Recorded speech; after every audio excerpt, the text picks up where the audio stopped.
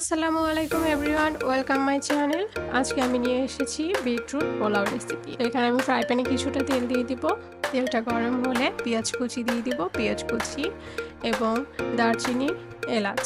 এটা ভাজা হয়ে গেলে এখানে আমি দিয়ে দিব আধা কাপের মতো পোলাও। আমি এখানে পোলাওর পরিমাণটা একটু কম নিয়েছি। এটা আমি বেবি ফুড হিসেবে ব্যবহার করব পোলাওটা। তার জন্য এখানে আমি কাঁচামরিচ ইউজ করব না, কোনো ঝাল ইউজ করব না। তো আধা কাপের মতো পোলাও নিয়েছি। পোলাওটা দেওয়ার পর একটু ভাজা হলে গেলে কিছুটা পরিমাণ এখানে বিটরুট কুচি করে রেখেছি, সেটা দিয়ে দেবো।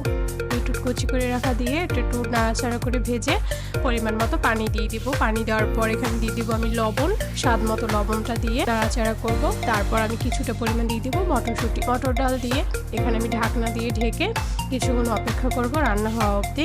রান্না হয়ে গেলে নামিয়ে পরিবেশন করব। এটা আমি বেবি খাবার হিসেবে ব্যবহার করেছি, যেহেতু একটু কালারফুল, বিটরুটটা দেওয়ার জন্য একটু কালারফুল। তো বেবিটা সাধারণত কালারফুল খাবার পছন্দ করে, দেখতে সুন্দর, লোভনীয়, এবং বিটরুটে তো ভিটামিন সি এবং অ্যান্টিঅক্সিডেন্ট আছে। তো বাচ্চাদের খাবারের জন্য খুবই উপকারী এবং সুস্বাদু।